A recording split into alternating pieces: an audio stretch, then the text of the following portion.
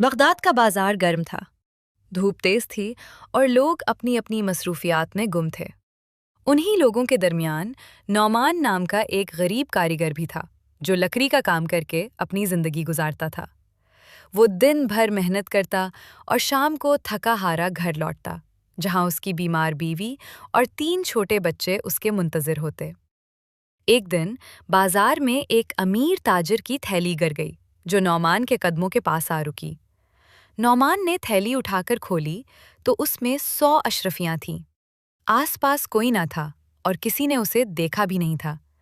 उसके दिल में एक लम्हे को ख्याल आया कि ये पैसे उसके काम आ सकते हैं।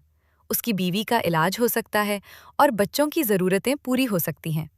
मगर फौरन ही उसके दिल की गहराई से आवाज़ आई कि अल्लाह सब कुछ देख रहा है। चुनाचे नौमान ने बाजार में ऐलान किया कि किसी की थैली गरी है, साहिब आकर ले जाए। थोड़ी देर बाद एक परेशान हाल ताजिर अबू सलेम भागता हुआ आया। उसने अपनी थैली पहचानी और खुशी और जज्बात से नौमान को गले लगा लिया। उसने कहा कि ये उसकी सारी पूंजी थी और उससे उसका कारोबार चलना था। फिर उसने नौमान से कहा कि वो जो चाहे मांग ले। नौमान ने आजिज़ी से इनकार करते हुए कहा कि उसे कुछ नहीं चाहिए, क्योंकि जो उसका नहीं था वो रख नहीं सकता था।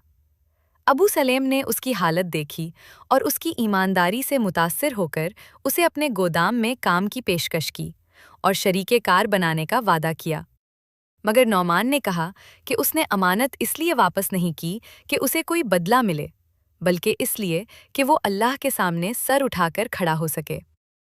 5 साल बाद उन दोनों का कारोबार पूरे बगदाद में मशहूर हो चुका था और लोग उन पर अंधा एतमाद करते थे, क्योंकि वो कभी धोखा नहीं देते थे।